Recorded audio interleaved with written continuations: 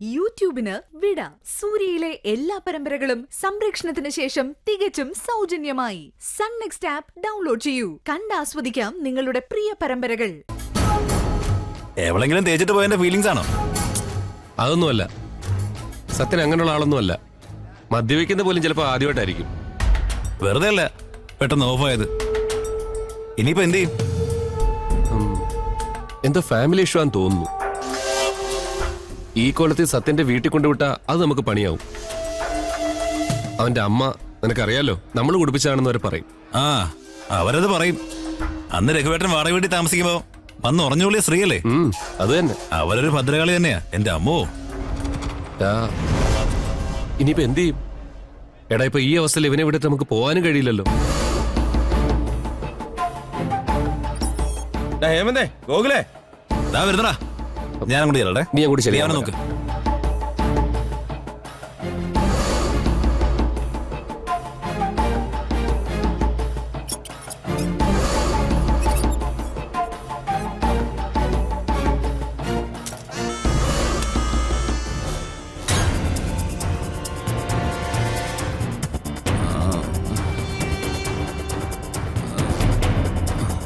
എടാ, നീ ഇങ്ങോട്ട് വന്നേ.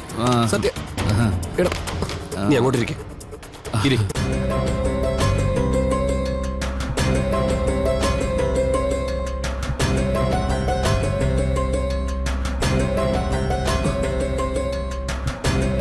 മോൻ ഉറങ്ങിയോ എന്തിരാ? ഈ പാല് കൊടുത്തു നോക്കായിരുന്നു. അല്ല, ഇനി കുടിക്കുമെന്ന് അറിയില്ലല്ലോ. ഉണരുമ്പോ കൊടുക്കാമേ. മയങ്ങിയതേ ഉള്ളൂ. ആ, നീ പിന്നീട് അവനെ ഒന്നുകൂടി വിളിച്ചു നോക്കിയോ? സത്യന്റെ ഫോൺ സ്വിച്ച് ഓഫ് ആണ്. അവനിനി എന്തൊക്കെ കാട്ടിക്കൂട്ടുവോ എന്തോ. ആ വിനയ് ഹോസ്പിറ്റലായത് എന്തായാലും ഭാഗ്യം. അല്ലെങ്കിൽ ആ ഭ്രാന്തും കൂടി ഇവിടെ വന്ന് ബഹളം ഉണ്ടാക്കിയേനെ.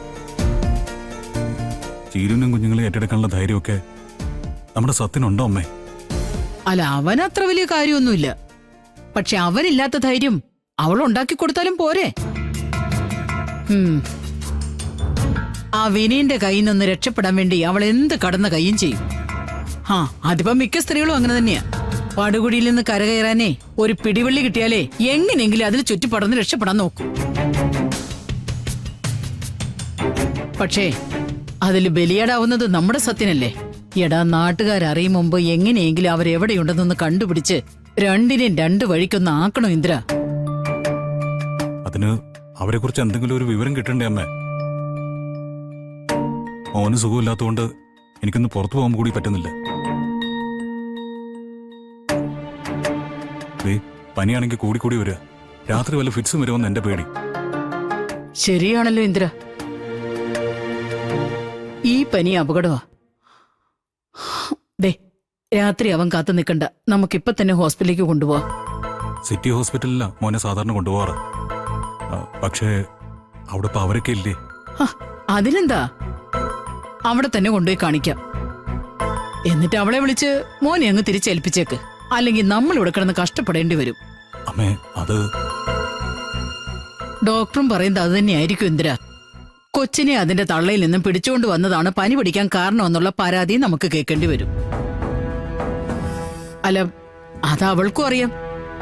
വേണമെങ്കിൽ കൊച്ചിന് വയ്യാതാവാനേ അവൾ അമ്പലത്തിൽ വഴിപാട് നേർന്നു കാണും. അതല്ലേ ഇങ്ങോട്ട് അവള് തിരിഞ്ഞു നോക്കാതിരുന്നത്. ശരി അമ്മ, എന്നാ വേറെ റെഡിയാവും. നമുക്കിപ്പോ തന്നെ ഹോസ്പിറ്റലിൽ പോവാം. ശരി, നീ മോനെ ഉണർത്തി പാല് കഴിപ്പിക്കാൻ പറ്റുമെന്ന് നോക്ക്.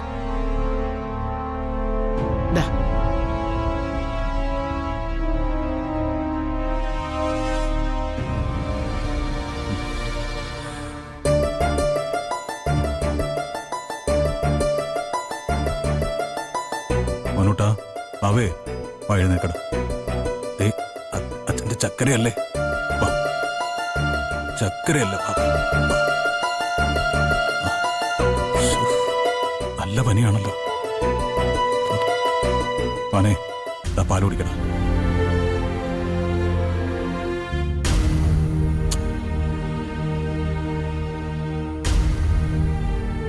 വാ വാ.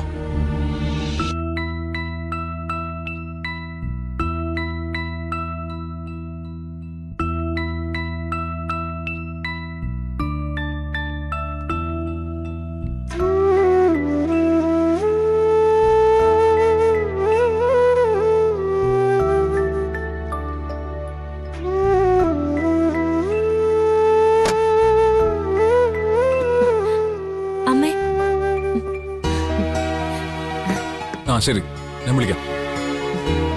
എന്തു നിങ്ങൾ ഇത്ര പെട്ടെന്ന് വന്നോ? ഏയ്, പിന്നൊരാള് അവസ്ഥ മനസ്സിലാക്കി സഹായിക്കാൻ നിൽക്കുമ്പോ അത് മുതലാക്കുന്നത് ശരിയല്ലല്ലോ. അതെ, ആന്റി എന്തും നിങ്ങളുടെ മനസ്സിന്റെ നന്മ കൊണ്ടാ ഇങ്ങനെയൊക്കെ പെരുമാറുന്നേ. അറിയാതെയാണെങ്കിലും ഗോകുൽ ജയിലിൽ പോവാൻ കാരണം മഞ്ചാടിയായിട്ട് പോലും അതൊന്നും മനസ്സിൽ വെച്ച് വൈരാഗ്യം കാണിക്കാതെ നിങ്ങളെപ്പോലെ പെരുമാറാൻ അധികം ആർക്കും സാധിക്കില്ല. എന്തിനാ ഇങ്ങനെയൊക്കെ പറയുന്നേ? അത്ര വലിയ കാര്യമാ ഞങ്ങൾ ചെയ്തേന്ന് എനിക്ക് തോന്നുന്നില്ല. പിന്നെ ഗോകുലേട്ടന്റെ കാര്യം, അതില് മഞ്ചരിയുടെ ഭാഗത്ത് ഒരു തെറ്റുമില്ല. അവളുടെ സ്ഥാനത്ത് ആരായാലും ഇങ്ങനെ തന്നെ പെരുമാറും. ആ, മഞ്ചാടി ഭക്ഷണം കഴിച്ചതാട്ടോ. ഇനി കുറച്ചു കഴിഞ്ഞ് എന്തെങ്കിലും കൊടുത്താ മതി. ശരി ആന്റി.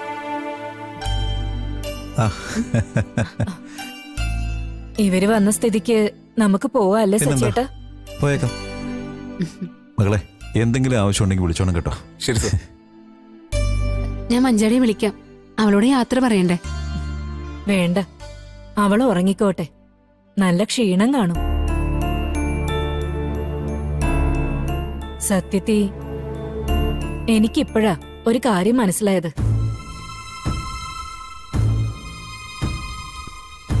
എന്താ ആന്റി, എന്തെങ്കിലും പ്രശ്നമുണ്ടോ? ഏയ്, ഒരു പ്രശ്നവുമില്ല. എന്റെ മോന് എന്താ ഇവളോട് ഇത്ര സ്നേഹമെന്ന് പലപ്പോഴും എനിക്ക് തോന്നിയിട്ടുണ്ട്. ഈ ഭൂമിയില് വേറെ പെൺകുട്ടികളില്ലാത്ത രീതിയിലാ അവൻ പെരുമാറുന്നത്. പക്ഷെ അതിന്റെ കാരണം ഇന്നെനിക്ക് മനസ്സിലായി. മഞ്ചാടി അത്ര നല്ല കുട്ടിയാ. അതെ, കുറച്ചു സമയം കൊണ്ട് തന്നെ അമ്മയ്ക്ക് എന്നേക്കാൾ പ്രിയപ്പെട്ടത് മഞ്ചാടി ആയിട്ടുണ്ട്.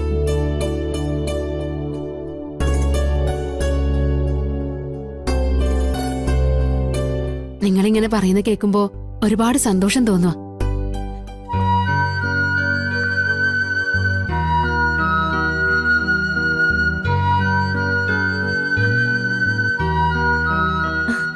ദേ, മഞ്ചാടി ഉണർന്നല്ലോ.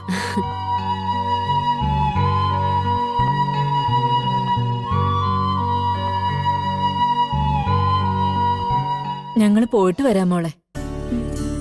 മോൾ ഒന്നും ഓർത്ത് വിഷമിക്കരുത്. എല്ലാം ഒരു ദുസ്വപ്നം പോലെ അങ്ങ് മറന്നേക്കണം. എന്നിട്ട് മിടുക്കിയായി പഠിച്ച് മാഷിന്റെ ആഗ്രഹം പോലെ നല്ലൊരു ജോലി നേടണം. പോട്ടെ മഞ്ചാടി. ആ, രഘു, ഞങ്ങൾ ഇറങ്ങട്ടെ. എന്തെങ്കിലും ആവശ്യമുണ്ടെങ്കിൽ വിളിക്കേ. ശരി, ശരി എന്നാ.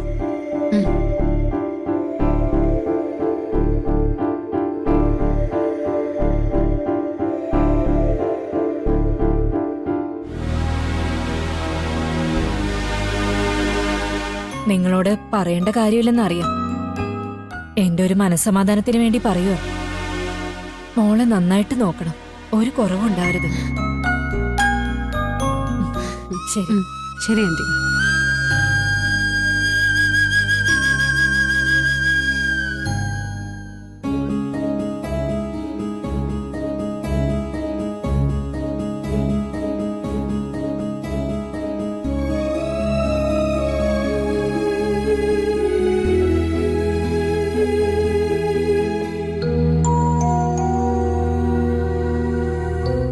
കിട്ടിയോ മാഷേ? ഇല്ല, ചീരുവിന്റെ ഫോണും സ്വിച്ച് ഓഫാ. പ്രശ്നങ്ങളൊന്നും അവസാനിക്കുന്നില്ലല്ലോ എന്റെ രാമനാഥ. ഒന്നിനു പുറകെ ഒന്നായി ക്യൂ നിൽക്കുന്നത് പോലെ ഓരോ സംഭവങ്ങൾ ഇങ്ങനെ വന്നുപെടുന്നത്. കഴിഞ്ഞതിനേക്കാൾ വലുതാണോ അടുത്തതെന്ന് ആർക്കറിയാം? അങ്ങനെ ഒന്നും ഉണ്ടാവില്ല മാഷേ. ചീരുമോള് മനഃപൂർവ്വം ഫോൺ സ്വിച്ച് ഓഫ് ചെയ്ത് വെച്ചതാവും. അതിനാരെങ്കിലും വിളിച്ചാലല്ലേ കുഴപ്പമുള്ളൂ. അതും വേണ്ടെന്ന് വെച്ച് കാണും. പലതും വേണ്ടാന്ന് വെച്ച് ജീവിക്കുന്നവളാ എന്റെ മോള്.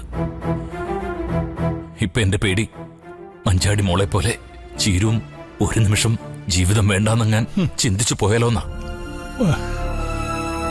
മാഷേ, വേണ്ടാത്തൊന്നും ആലോചിച്ച് കൂട്ടല്ലേ. മഞ്ചാടിയെ പോലെ കൊച്ചുകുട്ടിയാണോ ചീരു? അവള് 2 കുട്ടികളുടെ അമ്മയല്ലേ. ഈ വിനയനെ പോലെ ഒരുത്തന്റെ കൂടെ ഇത്രയും കാലം ജീവിച്ചിട്ട് അവന്റെ അമ്മ എന്തോ പറഞ്ഞതിന്റെ പേരില് തളർന്നു പോകാനൊന്നും പോകുന്നില്ല മാഷേ. ബാലൻ അവിടെ ഉണ്ടായിരുന്നെങ്കിൽ ഇതൊന്നും ഉണ്ടാവില്ലായിരുന്നു. ആ വിനയനാണെങ്കിൽ ഓരോന്ന് പറഞ്ഞ് അമ്മയും അമ്മാവനെയും ചിരുനെതിരെ തിരിച്ചിരിക്കുക.